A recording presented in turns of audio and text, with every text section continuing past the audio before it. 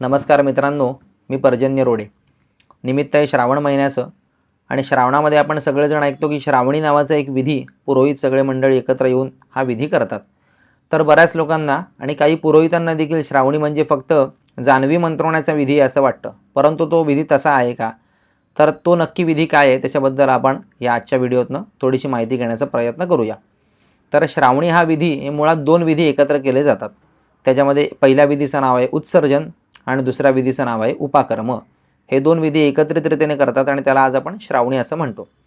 त्यातला उत्सर्जन हा विधी आहे तो मूळतः माघ महिन्यामध्ये करायचा विधी आहे, परंतु तो तेव्हा केला जात नाही म्हणून तो हल्ली श्रावण महिन्यात उपाकर्माबरोबरच केला जातो. तर तो आधी विधी केला जातो आणि त्याच्यानंतर उपाकर्म हा विधी केला जातो. तर आधी पहिले उत्सर्जन शब्दाचा अर्थ काय होतो ते आपण बघूया. तर शब्दशः अर्थ जर घेतला तर उत्सर्जन म्हणजे टाकणे किंवा सोडून देणे अशा आशयाने तो शब्द आहे. परंतु उत्सर्जन हा शब्द इथे मात्र तसा आलेला नाही आहे. तर वर्षभर ज्याप्रमाणे वेदाध्ययन केलं जातं आणि त्या वेदाध्ययनाची सांगता म्हणजे वर्षपूर्ती या आशयाने तिथे उत्सर्जन हा विधी जो आहे तो करायला सांगितलेला आहे. म्हणजे ज्याप्रमाणे विद्यापीठामध्ये वर्षपूर्ती झाल्यानंतर पदवीदानाचा सोहळा होतो आणि त्या वर्षाची सांगता होते आणि हे दरवर्षी ही सायकल चाललेली असते. त्याचप्रमाणे वर्षभर ज्या विद्यार्थ्यांनी अध्ययन केलेलं असतं आणि त्या वेदमंत्रांचं शिक्षण घेतात तर त्यांच्याप्रती कृतज्ञता आणि सांगता त्या वर्षाची या आशयाने उत्सर्जनाचा विधी आहे. आणि उपाकर्म म्हणजे नवीन अध्ययनाला सुरुवात. थोडक्यात वेदमंत्रांबद्दल कृतज्ञता व्यक्त करण्याचा हा विधी, दोन्ही म्हणजे विधी जे आहे ते श्रावणी म्हणून जो विधी आहे तो वेदमंत्रांबद्दल किंवा तुम्ही जे काही शिक्षण घेतलेलं आहे त्या शिक्षणाबद्दल कृतज्ञता व्यक्त करण्याचा हा एक प्रकारचा विधी आहे. तर फक्त जानवी मंत्रवणे हा विधी नसून त्याचा मुख्य उद्देश जो आहे तो कृतज्ञता व्यक्त करणे वेदांबद्दल. पूर्वीच्या काळी वेद हेच मुख्य अध्ययन होते, म्हणजे ब्राह्मण समाज तरी वेदांचंच मुख्यतः अध्ययन करायचा. बाकी विशेष आज जसं आपण व्यावहारिक जगामधलं इतर शिक्षण जे घेत असतो ते तेव्हाच्या काळी महत्त्वाचं नव्हतं, वेद हे महत्त्वाचे होते. त्यामुळे त्या वेदांचं अध्ययन केलं जायचं आणि त्यांच्याप्रती व्यक्त केलेली कृतज्ञता असा हा विधी आहे. तर नक्कीच हा सगळ्यांनी विधी केला पाहिजे. बरेच ब्राह्मण देखील या विधीसाठी उदासीन असतात असं मला दिसतं आणि यजमानांना त्याबद्दल माहिती नसते म्हणून ते त्या विधीमध्ये सहभागी होत नाहीत. परंतु नक्कीच आपण वेळ काढून या विधीसाठी गेलं पाहिजे. बरेच श्रावण महिन्यामध्ये वास्तुशांतीचे मुहूर्त असतात म्हणून बरेच पुरोहित म्हणतात की जाऊ दे, वास्तुशांतीचा मुहूर्त आहे, एक दिवस आपलं काम कशाला बुडवायचं आणि त्या विधीला कशाला जायचं, अशा पद्धतीने विचार करतात आणि उदासीनता दाखवतात. तर असं केलं नाही पाहिजे. वेळात वेळ काढून या विधीला आपण गेलं पाहिजे. माझे गुरुजी गजानन भट यांच्या मी संपर्कात आलो आणि त्यांनी मला या विधीचं महत्त्व ज्या वेळेला पटवून दिलं तेव्हापासून ते आत्तापर्यंत न चुकता दरवर्षी हा विधी आम्ही त्यांच्या मार्गदर्शनाखाली करत असतो आणि पुढेही जोपर्यंत शक्य तोपर्यंत हा विधी नक्कीच माझ्याकडनं आणि माझे जे इतर माझ्याबरोबर जे असतात सहकारी त्यांच्याकडनं नक्कीच हा विधी जो आहे तो पुढे चालू राहील. तर अशा प्रकारे वेदांबद्दल कृतज्ञता व्यक्त करण्यासाठी म्हणून हा केला जाणारा विधी आहे. तर त्याचा आपण संकल्प आधी पहिले बघूया. म्हणजे त्या संकल्पातच त्या विधीचं जो काही उद्दिष्ट आहे ते आपल्याला पूर्ण झालेलं, म्हणजे त्याचं काय महत्त्व आहे त्या विधीचं हे आपल्याला त्या संकल्पामध्येच आलेलं दिसतं. तर संकल्प असा आहे की मम अध्याप्यानाम, म्हणजे मी आत्तापर्यंत ज्या ज्या लोकांना वेदमंत्र शिकवले, म्हणजे पूर्वीच्या काळी वेदमंत्रच हे महत्त्वाचे होते म्हणून त्या आशयाने ते आलेलं आहे, किंवा मी ज्यांना जे काही शिकवलं त्या आशयाने तुम्ही घेऊ शकता जर तुम्ही व्यावहारिक विद्येचा जर त्याच्याशी विचार केला तर. मम अध्याप्यानाम, मी आत्तापर्यंत जे काही मंत्र शिकवले ते. च अधीतानाम, आणि मी स्वतः जे काही मंत्र शिकलो असेल ते. या मता, त्या मंत्रांमध्ये शिकवताना आणि शिकताना जी काही त्रुटी राहिलेली असेल किंवा त्याचा वापर करून करून त्याच्यावरती जे काही मालिन्य आलेलं असेल ते मालिन्य दूर व्हावं याच्यासाठी या मता शब्द हा मालिन्याला उद्देशून तिथे वापरलेला आहे. आपण आपलं घर जरी महिनाभर किंवा आठवडाभर बंद ठेवलं तर त्या घरामध्ये सगळीकडे धूळ साचलेली असते आणि घर उघडल्यानंतर पहिल्यांदा आपल्याला ते घर स्वच्छ करायला लागतं. त्याचप्रमाणे हे मंत्र देखील वापरून किंवा शिकवत असताना आणि शिकत असताना त्याच्यामध्ये जी काही त्रुटी किंवा दोष राहतो त्याच्यामुळे त्याच्यावरती जे काही मालिन्य असतं ते मालिन्य दूर व्हावं, निरसनार्थम, ते निरसन व्हावं. आणि आप्यायनद्वारा असा पुढे शब्द आलेला आहे. आणि पुन्हा एकदा ते मंत्र जे आहेत ते ताजेतवाने व्हावेत, धष्टपुष्ट व्हावेत या आशयाने जे ते शब्द आलेला आहे आप्यायनद्वारा. श्री परमेश्वर प्रीत्यर्थम, म्हणजे परमेश्वराला मी काय म्हणतो प्रसन्न करण्यासाठी. श्री परमेश्वर प्रीत्यर्थम अद्य औपाकरणेंनी असा शब्द तिथे आलेला आहे.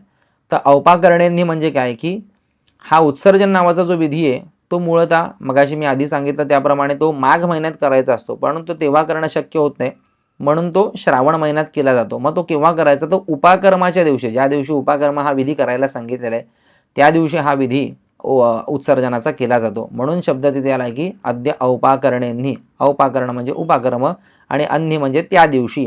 त्या दिवशी हा अंतरित उत्सर्जनाख्यं कर्म करिष्ये, म्हणजे अंतरित म्हणजे राहिलेला. त्या दिवशी हा जो काही उत्सर्जनाचा विधी आहे तो इथे करत आहे.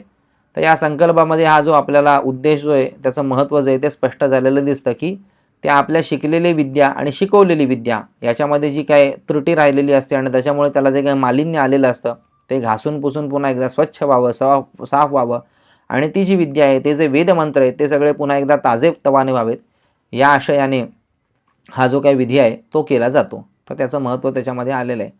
आणि मग त्याच्यामध्ये वेगवेगळ्या देवतांसाठी केलेलं तर्पण, वेगवेगळ्या ऋषींसाठी केलेलं तर्पण, आपल्या पितरांसाठी, पूर्वजांसाठी, अगदी ऋषीमुनी जे गेलेले आहेत त्या सगळ्या ऋषीमुनींसाठी केलेलं तर्पण, हा सगळा विधी त्याच्यामध्ये येतो. 7 ऋषींचं पूजन त्याच्यामध्ये येतं. त्याचप्रमाणे दशप्रकारचं दशविध स्नान सांगितलेलं आहे, दशस्नान विधी. तो स्नानविधी देखील आपल्या स्वतःच्या शुद्धीसाठी, आत्मशुद्धीसाठी जो स्नानविधी आहे तो देखील तिथे आपल्याला आढळतो त्या विधीमध्ये. असे वेगवेगळे विधी जे आहेत ते त्याच्यामध्ये. त्याच्यानंतर यमादी चतुर्दश देवता आहेत, म्हणजे यम आणि त्याचे 14 रूप आहेत, त्याच्या 14 नावांनी तर्पण करायला सांगितलं आहे, ते तर्पण देखील त्याच्यामध्ये येतं. आणि असे वेगवेगळे जे विधी आहेत ते त्याच्यामध्ये येतात. आणि हवन करत असताना हवनामध्ये 2 वेळेला हवन केलं जातं, एकदा उत्सर्जनासाठी आणि एकदा उपाकर्मासाठी. तर ऋग्वेद हा पूर्वी मंडल पद्धतीने मोजला जायचा, आजकाल तो अष्टक पद्धतीने मोजला जातो. तर ऋग्वेदाची 10 मंडलं होती आणि त्या प्रत्येक मंडलाच्या सुरुवातीचा मंत्र आणि शेवटचा मंत्र असे 10 मंडलांचे मिळून 20 मंत्र आणि त्या 20 मंत्रांनी प्रत्येक मंत्राने हवन, एकदा भाताचा हवन आणि एकदा सातूचं पीठ दह्यामध्ये भिजवून त्या सक्तूपिष्टाचा हवन, असे दोन वेळेला 2 वेगवेगळ्या मंत्रांनी त्याच्यासाठी हवन केलं जातं. आणि असे हे मंत्र येतात, हे तर्पणाचा विधी येतो. त्याच्यानंतर बरेच वेळेला ब्राह्मणांना माहीत नसलेला अवदान धर्म हा देखील आपल्याला तिथेच शिकायला मिळतो. आणि हा अवदान धर्म आपल्याला श्राद्धापासून ते विवाहापर्यंत प्रत्येक ठिकाणी लागतो. बरेच वेळेला मी बघतो की पुरोहितांना अवदान धर्माबद्दल व्यवस्थित माहिती नसते. अवदान धर्म म्हणजे ती आहुती देण्याची एक विशिष्ट प्रकारची पद्धत आहे, त्याला ते नाव आहे अवदान धर्म. मग ते कशा पद्धतीने दिलं पाहिजे हे देखील आपल्याला तिथे बघायला मिळतं. तर आपण जे काही नित्यनेमाने यज्ञकर्म आणि याज्ञिक कर्म जे करत असतो त्या सगळ्याची अत्यंत बेसिक माहिती जी आहे ती या सगळ्या श्रावणीच्या कर्मामध्ये आपल्याला मिळालेली दिसते. कारण ते तुम्हाला तिथे सगळं करायला लागतं. ब्रह्मयज्ञाचा विधी त्याच्यामध्ये येतो, जो हल्ली कुठलेच पुरोहित बरेच वेळेला म्हणजे नित्यनेमाने सगळ्यांना काही वेळ नसतो आपल्या कामामध्ये. आपलं आजकालचं जीवन असं झालेलं आहे की ते अत्यंत घाईचं असतं, त्यामुळे सगळ्यांना काही रोज करणं शक्य होत नाही ब्रह्मयज्ञ. तर तो ब्रह्मयज्ञाचा विधी देखील त्याच्यामध्ये येतो. असे वेगवेगळे विधी त्याच्यामध्ये येतात. आणि त्याच्यामध्ये आपल्याला प्रदूषणाबद्दलची, म्हणजे प्रदूषण कशा पद्धतीने टाळावं याच्यासाठी केलेली जागृती देखील त्याच्यामध्ये आपल्याला बघायला मिळते. आजकाल पाश्चात्य संस्कृतीचे लोक किंवा अति पुढारलेले लोक आपल्याला प्रदूषणाबद्दल माहिती देत असतात आणि सांगतात की अशा पद्धतीने प्रदूषण करू नका, तशा पद्धतीने प्रदूषण करू नका. पण त्याच्यामध्ये अत्यंत एक छान सुंदर मंत्र प्रदूषणाबद्दल माहिती देणारा हा त्याच्यामध्ये आलेला आहे की यन्मया दूषितं तोयम शारीरात मलसंभवात तद्दोष परिहारार्थम यक्ष्माणम तर्पयाम्यहम. म्हणजे मी आंघोळ करत असताना, पूर्वीच्या काळी बरेचसे लोक नदीमध्येच जाऊन आंघोळ करायचे, नदीच्या काठावरती बसायचे आणि तिथेच आंघोळ करायचे. तर मी आंघोळ करत असताना यन्मया दूषितम तोयम, मी जे काय पाणी दूषित केलेलं असेल, शारीरात मलसंभवात, माझं शरीर स्वच्छ करत असताना त्याच्यातून जो काय मळ निघालेला असेल आणि त्याच्यामुळे जे काय पाणी दूषित झालेलं असेल त्या दूषित पाण्याचा दोष जावा याच्यासाठी म्हणून मी यक्ष्माण नावाच्या देवतेला तर्पण करतं. यक्ष्माणम तर्पयाम्यहम. मग आता यक्ष्माणच का? तर यक्ष्म ही देवता ऋग्वेदामध्ये रोगनाश करणारी देवता म्हणून तिचं महत्त्व ऋग्वेदामध्ये तरी आलेलं आहे.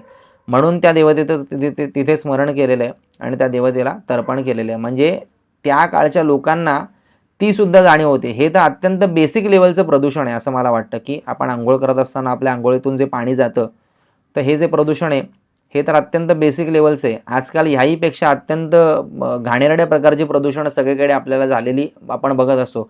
लोक गाड्या धुतात, त्याच्यानंतर कारखान्यांचं पाणी देखील जे आहे ते नद्यांमध्ये नाल्यांमध्ये सोडलं जातं आणि तेच पाणी जे आहे ते आपल्याला नंतर फिल्टर होऊन त्या नावाखाली आपल्याला ते येतं आणि आपण कुठल्या प्रकारचं पाणी आणि कुठल्या प्रकारचे खाद्यपदार्थ खात असतो हे आपल्याला काहीच माहिती नसतं. पण तेव्हाच्या ऋग्वेदकालीन लोकांना किंवा पूर्वीच्या लोकांना किती बारीक जाणीव होती गोष्टींची आणि ते कशा पद्धतीने शास्त्रानं देखील आचरण करायला सांगितलंय. अशा वेगवेगळ्या प्रकारचं महत्त्व जे आहे ते आपल्याला या सगळ्या विधींमध्ये बघायला मिळतं. तर मला वाटतं की नक्कीच पुरोहितांनी जास्त करून, बाकी यजमानांना वेळ असेल तर अतिउत्तम आणि त्यांनी जर याच्यामध्ये सहभाग नोंदवला तर फारच छान आहे. परंतु पुरोहितांनी तर मात्र नक्कीच या विधीकडे किंवा याच्याकडे दुर्लक्ष करू नये किंवा उदासीन राहू नये. याच्यासाठी वेळात वेळ काढून आपला वर्षातला एक दिवस त्यासाठी मोडावा आणि नक्कीच या विधीला आपण आपला सहभाग नोंदवावा. ऋग्वेदी श्रावणी बरेच वेळेला नागपंचमीला किंवा श्रवण नक्षत्रावरती म्हणजे राखी पौर्णिमेच्या आदल्या दिवशी किंवा त्या दिवशी साधारणपणे ती येत असते आणि कॅलेंडरमध्ये तो दिवस दिलेला असतो. तर बरेच वेळेला त्या दिवशी ती श्रावणीचा जो विधी आहे तो केला जातो. तर नक्कीच जास्तीत जास्त पुरोहितांनी याच्यासाठी आपला वेळ काढावा आणि आपला सहभाग त्याच्यामध्ये नोंदवावा.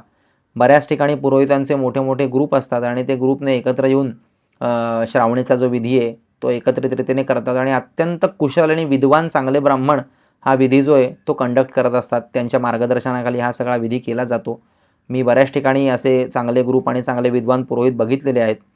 डोंबिवलीमध्ये आहेत, ठाण्यामध्ये आहेत किंवा पुण्यासारख्या मोठ्या शहरांमध्ये, मुंबईसारख्या मोठ्या शहरांमध्ये बऱ्याच ठिकाणी असे आपल्याला पुरोहितांचे ग्रुप दिसतात. तर आपण नक्कीच, आपल्याला त्या विधीबद्दल काही माहिती नसेल किंवा त्यातलं येत नसेल तर आपण अशा पुरोहितांशी आणि असे जे काही श्रावणीचे विधी करून घेतले जातात त्या ठिकाणी आपण संपर्क करावा. जे काही तिथे फी, काही वेळेला नोंदणी फी असते, कारण त्याच्यामध्ये ते आपल्याला बरंचसं काही साहित्य जे आहे ते देखील उपलब्ध करून देतात. त्याच्यासाठी लागणाऱ्या ज्या गोष्टी आहेत त्या उपलब्ध त्याच्यामध्ये करून देतात. तर त्यामुळे त्या नोंदणीची जी काही फी असेल ती नक्कीच आपण तिथे भरावी आणि त्या माध्यमातून हा जो विधी आहे तो आपण नक्कीच करावा असं मला तरी वाटतं. तर थांबूया. याहीपेक्षा जास्त माहिती देण्याची इच्छा होती पण व्हिडिओ अजून जास्तीत जास्त लांब होईल. त्यामुळे आज काही माहिती देत नाही. आज एवढीच माहिती देतो आणि थांबतो. नमस्कार.